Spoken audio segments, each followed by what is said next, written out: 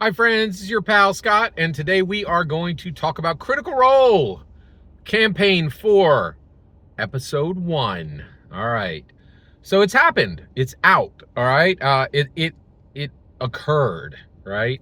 And there's kind of no going back. This is a hinge in history. This is definitely a moment in time in the history of three distinct things, right? What are those things? Dungeons and Dragons.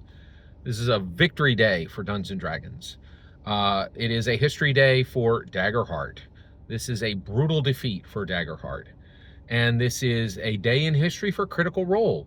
It's a decision point. It's a hinge in history, right? Like a turning point, right? Well, possibly a turning point and possibly a maintenance point, like a point where they continue to go straight. So let's talk about this. Okay, so what happened? So first of all, they were able to execute, right? Campaign 4 is underway, all right? And so that's good. That's a victory on the part of Critical Role. Sometimes you plan a project and it doesn't come together, but everything they said would happen has happened. Maybe. There's one little caveat there. I don't want to talk about that in this video. But overall, the shape of what they said Campaign 4 is going to happen. Episode 1. Brendan Lee Mulligan is going to be the DM. Matthew Mercer will be sitting there in the player seat. Those things happen. And they were like, Critical Role is going to be there. What's that mean? Not much of much. Like Critical Role being there could be, any one other person other than Matthew. You need one other player, and one other player did show up, right? Also at the table was Abria Iyengar. That's good. That is good. And the reason why is it does give credence to this idea that they are allies, right? Allies to people of color, allies to other marginalized communities, because that's been a question for a while, right? I think that still remains a question. But it does appear they have not abandoned that. They are trying to get better at that. And Abria Iyengar being there is definitely helpful toward that end, right? All right, so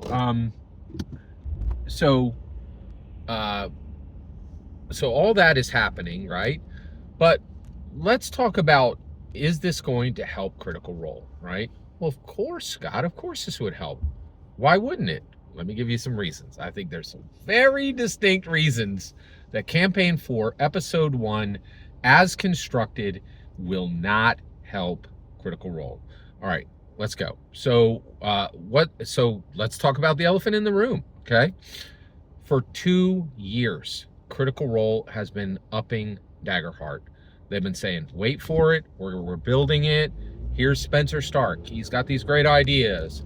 And then they were like, hey, here's Daggerheart. Remember when everyone was furious with Dungeons and Dragons at the, in the OGL crisis in January 2023? We promised you in that window that we would bring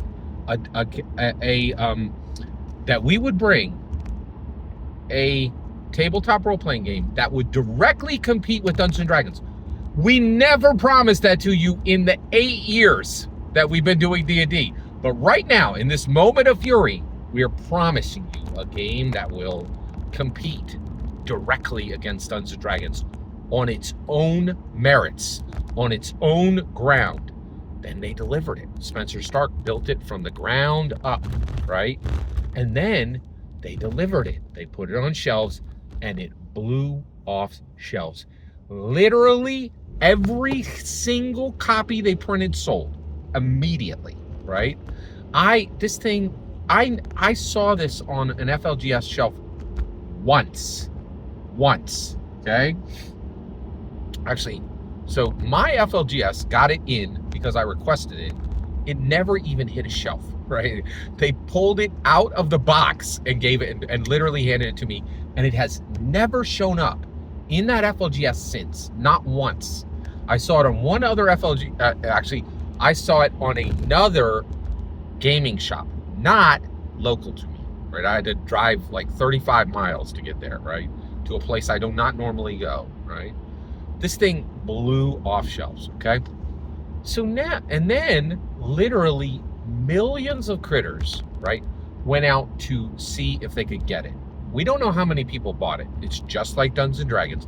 Oh my goodness, look at that. Look at that. Look at that, right?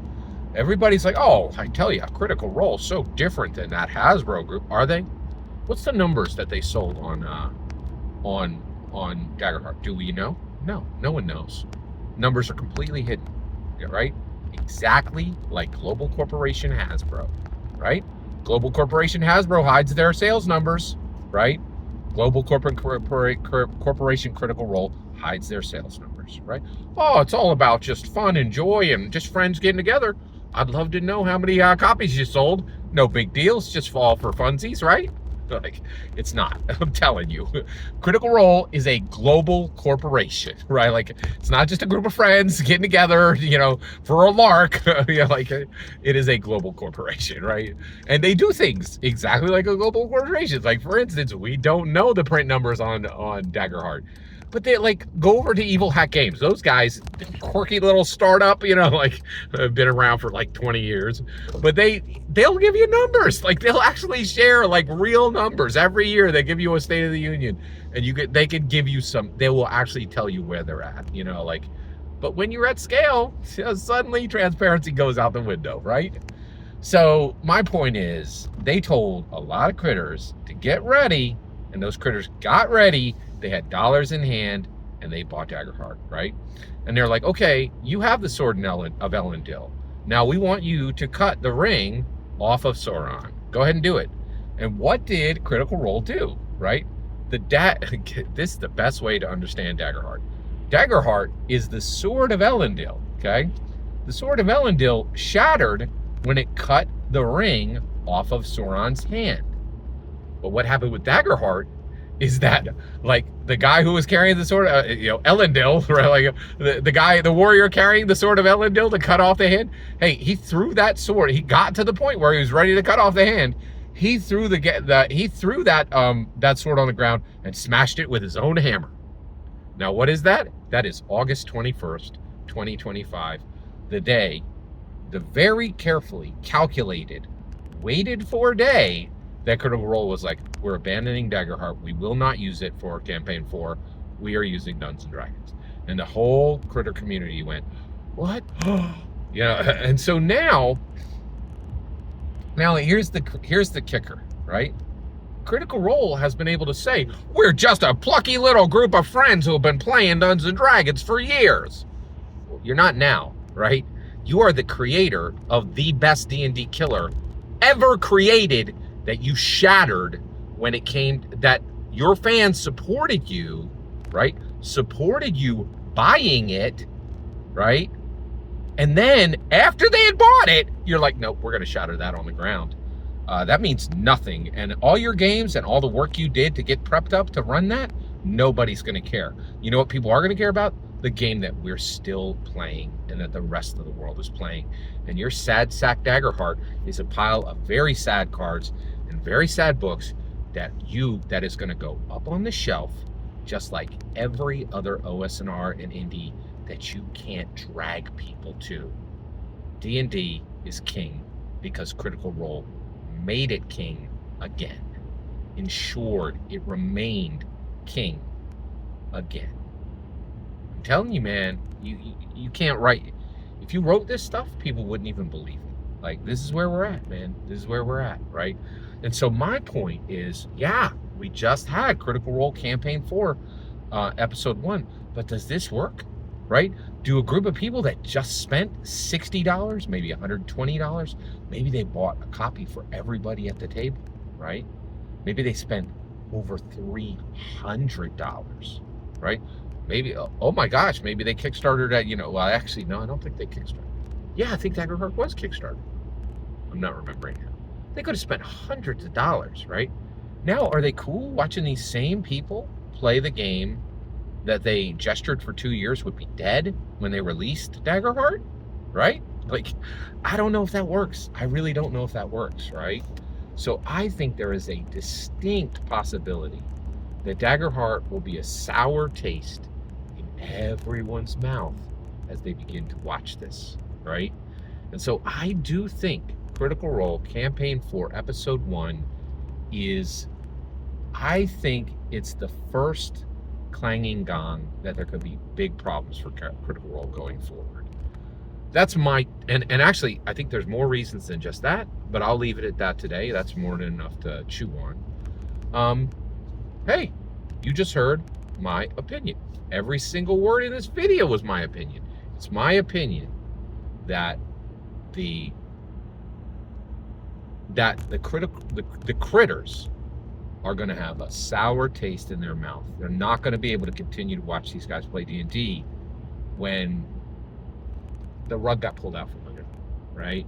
That's my take. I think I think this is going to sour people. That's my opinion. The important part is when I hear your opinion. What do you think? Do you think that, Critical Role has built up so much goodwill that people will just forget? Do you think that there were critters who were like, oh, this Daggerheart is junk, I don't need to buy that, and they didn't even buy it to begin with?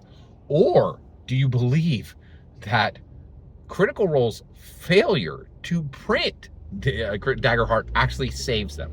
Because only a few people were even able to buy it, right? Like, there might only been 10,000 copies, right? Like, if there was only 10,000 copies, maybe nobody, but even then, people, I think, I don't know. I don't think you can, the saying is literally famous. You come for the king, you best not miss.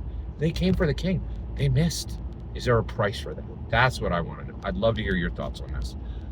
Please let me know in the comments below. Please consider liking and subscribing, and have a fetch millennium.